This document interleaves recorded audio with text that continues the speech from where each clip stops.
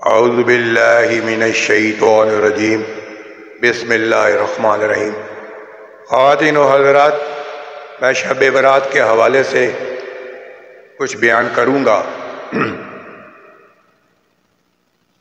ہے رحمت الہی سے لبریز کائنات یہ ہے، شب برات یہ ہے، شب برات بندوں کی سمت رب کا خصوصی الطافات یہ ہے، شب برات یہ ہے۔ شب برات کھولے ہے رب تعالیٰ نے عفو کرم کے باب، سب توبہ کرنے والوں کی دوزخ سے ہے نجات، یہ ہے شب برات، یہ ہے شب برات۔ آواز دے رہی ہے ہمیں رحمت خدا، آؤ قبول ہوں گے تمہارے مطالبات، یہ ہے شب برات، یہ ہے شب برات۔ تم سجدہ کر کے مانگو پریشانیوں کا حل، ٹل جائیں گی دعا و عبادت سے مشکلات، یہ ہے شب برات، یہ ہے شب برات۔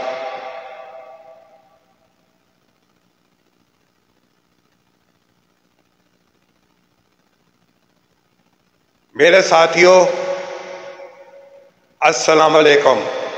مجھے آج جس موضوع پر لب کشائی کا موقع ملا ہے وہ موضوع ہے شب برات کی فضیلت۔ ساتھیوں، جس دن یہ مبارک رات تھی اس دن آپ صلی اللہ علیہ وسلم کے فرمان کے مطابق انہی کی حدیث کو یہاں نقل کرنا چاہتا ہوں۔ آپ صلی اللہ علیہ وسلم نے فرمایا، ابھی جبرائیل میرے پاس آئے اور کہا آج شعبان کی 15ویں رات ہے اور اس رات اللہ تعالیٰ قبیلہ کلب کی بکریوں کے بالوں سے بھی زیادہ تعداد میں لوگوں کی مغفرت فرماتا ہے، مگر مشرکین دل میں بغض رکھنے والوں، رشتہ داریاں ختم کرنے والوں، قبر سے پائچہ لٹکانے والوں، والدین کے نافرمان اور عادی شرابی کی طرف اللہ تعالیٰ اس رات بھی توجہ نہیں فرماتا جب تک کہ وہ خلوص دل سے توبہ نہ کر لے۔ اس کے بعد حضور نبی اکرم صلی اللہ علیہ وسلم نماز میں کھڑے ہو گئے۔ قیام کے بعد حضور صلی اللہ علیہ وسلم نے ایک طویل سجدہ کیا۔ حضرت عائشہ فرماتی ہیں، مجھے گمان ہوا کہ حالت سجدہ میں آپ صلی اللہ علیہ وسلم کا وصال ہو گیا ہے۔ میں پریشان ہو گئی اور میں نے آپ صلی اللہ علیہ وسلم کے طلبوں کو چھوا اور ان میں کچھ حرکت محسوس ہوئی تو مجھے خوشی ہوئی۔ پھر آپ صلی اللہ علیہ وسلم نے فرمایا، اے اللہ، میرے خیال اور باطن نے تجھے سجدہ کیا، تجھ پر میرا دل ایمان لایا، یہ میرا ہاتھ ہے اور میں نے اس کے ذریعے اپنی جان پر ظلم نہیں کیا۔ اے عظیم، ہر عظیم سے امید باندھی جاتی ہے، اے عظیم بڑے گناہوں کو بخش دے۔ میرے چہرے نے اس ذات کو سجدہ کیا جس نے اس کی تخلیق کی اور اس کی سمع بصر کی قوتوں کو جدا جدا بنایا۔ ساتھیوں، یہ رضا قبول اور نزدیکی، مدوری، سعادت و شقاوت اور پرہیزگاری کی رات ہے۔ میں نیک بختی کی حاصل کرتا ہے اور کوئی مردود ہو جاتا ہے۔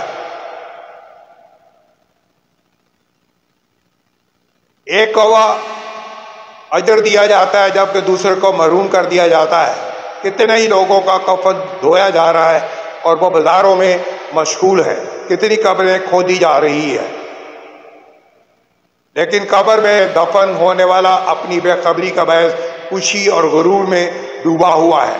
کتنے ہی چہرے کھلکھلا رہے ہیں حالانکہ وہ ہلاکت کے قریب ہے۔ کتنے مکانوں کی تعمیر مکمل ہو گئی ہے لیکن ان کا مالک موت کے قریب پہنچ چکا ہے۔ کتنے ہی بندے رحمت کے امیدوار ہیں، بس انہیں عذاب پہنچتا ہے۔ کتنے بندے خوشخبری کی امید رکھتے ہیں، بس وہ خسارہ پاتے ہیں۔ کتنے بندوں کو جنت کی امید ہوتی ہے پھر ان کو دوزخ میں جانا پڑتا ہے۔ کتنے بندے اللہ تعالیٰ سے ملاقات کے امیدوار ہوتے ہیں لیکن وہ جدائی کا شکار ہوتے ہیں۔ کتنے ہی لوگوں کو عطائے خداوندی کی امید ہوتی ہے لیکن وہ مصائب کا منہ دیکھتے ہیں، اور کتنے ہی لوگوں کو بادشاہی کی امید ہوتی ہے لیکن وہ ہلاک ہوتے ہیں۔ قرائن کرام، اس تقریر کا مقصود یہ ہے کہ انسان اپنے مولا خالق کائنات کے ساتھ اپنے ٹوٹے ہوئے تعلق کو پھر سے استوار کرے، جو کہ اس رات اور اس جیسی دیگر روحانی راتوں میں عبادت سے باسہولت میسر ہو سکتا ہے۔ ان بابرکت راتوں میں رحمت الہی اپنے پورے جوبن پر ہوتی ہے۔ اور اپنے گناہگار بندوں کی بخشش و مغفرت کے لیے بے قرار ہوتی ہے۔ لہذا اس رات قیام کرنا، کثرت سے تلاوت قرآن، ذکر، عبادت اور دعا کرنا مستوجب ہے۔ اپنی تقریر کو ان اشعار کے ساتھ سمیٹنا چاہوں گا۔ اپنی دعاؤں میں اس خطا کار کو بھی یاد رکھیے گا۔ رب کو مناؤ اشک ندامت لیے ہوئے، ہوں گے بحال رب سے تمہارے تعلقات۔ یہ شب برات، یہ ہے شب برات، کثرت کرے نوافل اور ذکر درود کی، ہم پر خدائے پاک کی ہوگی نوازشات۔ یہ ہے شب برات، یہ ہے شب برات۔ جزاک اللہ۔